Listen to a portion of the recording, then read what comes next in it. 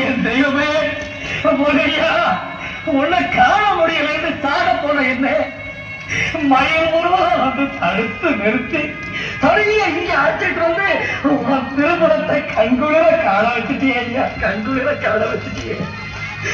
தெண்டமான தெய்வமே, என் விரதத்தை நிறைவேற்றி வச்சுட்டியே.